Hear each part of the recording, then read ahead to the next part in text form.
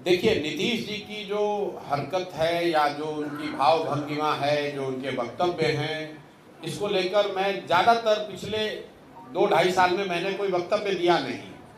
सबसे पहले नीतीश जी के स्वास्थ्य को लेकर टीका टिप्पणी उन्हीं के सहयोगी भाजपा के सुशील कुमार मोदी जी ने शुरू की। नवंबर 2023 में पहली बार सुशील मोदी जी ने कहा कि लगता है कि नीतीश जी गंभीर मानसिक रोग से पीड़ित हैं। उसके बाद से बिहार के करीब करीब सभी नेताओं ने उनके स्वास्थ्य पर टीका टिप्पणी की है।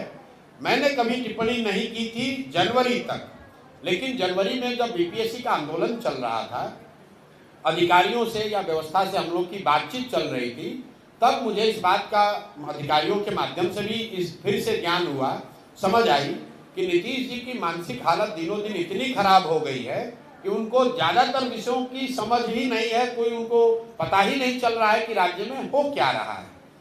तब मैंने ये कहा है कि बिहार में अगर कोई सिपाही भी नियुक्त होता है तो उसका मेडिकल जांच होता है। कोई भी नौकरी, अगर आप पत्रकार हैं, अगर आप मानसिक तौर पर स्वस्थ नहीं है तो आपको पत्रकारिता की अनुमति नहीं दी जाएगी। ऐसा कैसे है कि 13 करोड़ लोगों के राज्य के मुख्यमंत्री, उनके मानसिक स्वास्थ्य की स्थिति को लेकर रोज चर्चा टिप्पणी हो रही है और सरकार की ओर से कोई वक्तव्य नहीं है, सरकार ने उसका कोई संज्ञान नहीं लिया।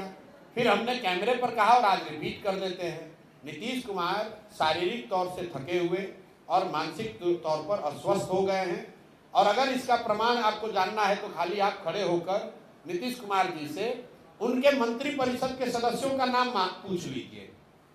नीतीश कुमार की मानसिक हालत आज ये है कि वो अपने मंत्रिपरिषद के साथी मंत्रियों का नाम तक नहीं जानते हैं, नहीं याद है उनको, और उनके भरोसे 13 करोड़ लोगों का जीवन छोड़ा हुआ है।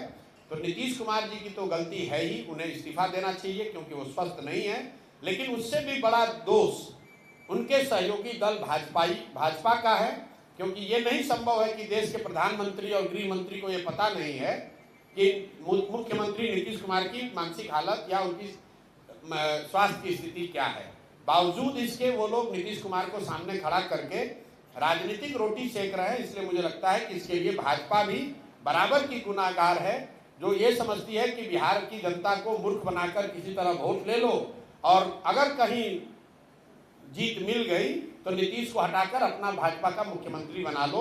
ये उनकी रणनीति है। इसलिए मुझे लगता है कि नीतीश जी तो बीमार है ही, लेकिन उस बीमार व्यक्ति को जनता के ऊपर थोप के रखना, मुख्यमंत्री बनाए रखना, इसका ये जो गुनाह है ये भाजपा कर रही है और भाजपा के लोगों को इसका जवाब देना चाहिए।